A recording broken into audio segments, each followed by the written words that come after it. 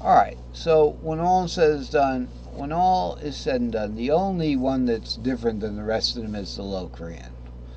That's the half diminished scale, right?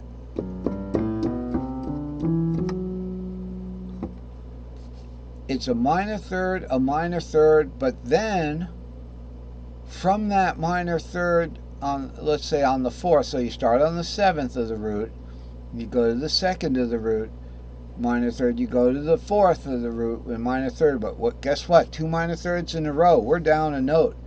To get to the octave, you have to go what I call the Lydian fourth, which is an augmented fourth. So it's the only mode that between the essentially the fifth of the thing and the root is an augmented fourth.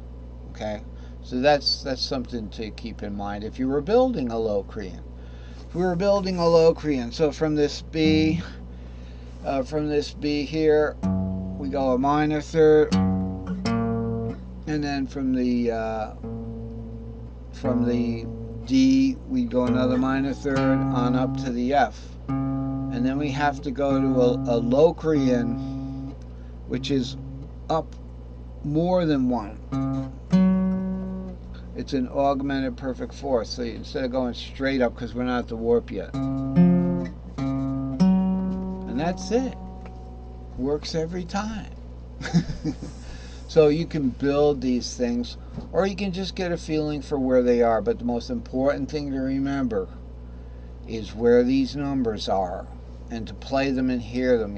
So it's you can start on the second of C, or if you're in the key of E or something, you can start on the second of E, which would be what, F sharp, and just play these patterns. 2, 3, 4, 5, 6, 7 root. Okay, try it one more time. 2, 3, 4, 5, 6. The 6 in E is in C sharp. See, I can see because I landed on that note. So that works. Now let's talk about. I'm having my salad. Oh, she's having her salad. She bought it. She can have it. I like that southwestern dressing. Really amazing. Amazing. It was really good. I worked out. I got a chance to work out. I want to show you this. We have our 4 basic patterns now up there in the right hand corner. But where did they come from? Bum, bum, bum. Okay, these are the 2 basic ones. Without the 4th and the 7th, if you just take those away, you're left with a stack of 3 short and a stack of 2 long. They're just 2 boxes. One's the stem of a 7, and one's the hat, the straight part of a 7, the boom. And then if they're upside down, one's the foot of an L and the stem of an L, the trunk of an L. And that's where we get the 7L, down here. So essentially, we've got the long guys. Here's the top of the 7, and it goes down. Here's the bottom of the L in black.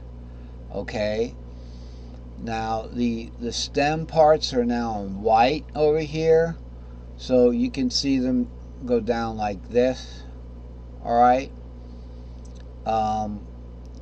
That's pretty much what it is. Now, it looks funny because the boom of the 7 is in black. So I can show you that this 7R256234 is right here. 7R256234. You put that together with this 7R256234, hinging on this like Lego piece, with super glue on it. Okay, and then you put these guys in here with it, and you get the full effect. From the full 7L, you just take the backbone out of it, and you get this long guy here.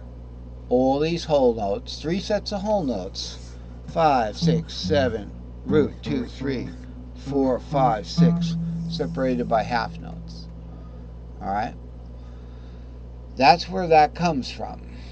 And where does this come from? The S4L.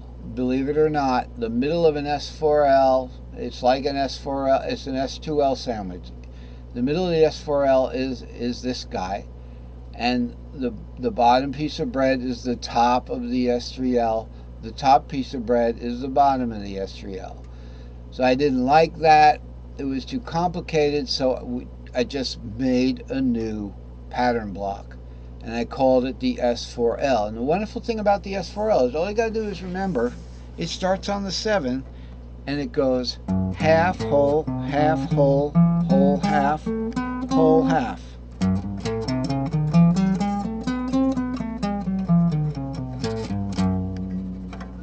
Okay, it's so easy. If you want to play a major scale, you just go the 7, you can kind of lead into it. Alright, now the wonderful thing is, if you take this guy and stack it on top of this one, we get the long open capo pattern stack. Here's our S3XL, okay, the stack of 3 extra long, the stack of 3 whole notes. On top of that, we put the S4L right here, outlined by the white part, the 2 white strings, which is derived from the 7L, but now we've got a whole pattern. It's just like a, you know, it's got the black and white so we can see its constituents, okay? That's the only pattern that's got 2 colors. And then you just stack this one on top of it again, and you can start any of these scales and it'll go all to the right on your guitar. It won't get interfered or limited by the fret nut, you know, or your capo or whatever. So there's 2 things to learn here now. We have to learn, you have to look at the numbers involved here. So do you recognize these guys? The S3L right here, long because we add the 4 and the 7. Oh, I forgot to tell you, where did these 2 come from in the first place? When you learn the pentatonic cage system, okay, which is C, F, C, A, G, G shape, the long one, and then E shape, and then D shape, caged, okay?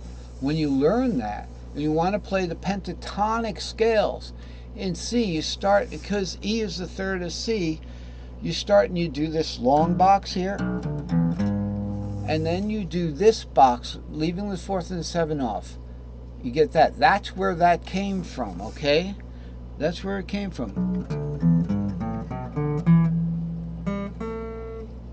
Now the problem is the tuning warp. The tuning warp, when you're going up in the C, you start with this one and then you put this guy on top of it, right? Sure. That's what we're doing.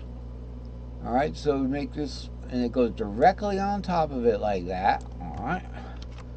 You know, and you adjust it a little bit, make sure, because guess what? It's longer than 4. It's 5 notes. That's why it's called S3L now. So we do that, put this guy on top of there, and guess what? We've got enough strings to hit the warp here. Okay, so when we hit the warp here, this guy is going to warp over. Alright? And that's, you know, then we're left, that's string number 5 of our C. Okay, so that's where, and then string number 6 is just a repeat of string 4 and 5, right? That is where the boxes came. That's where the S2L and the S3L came from. So C would be an S2L,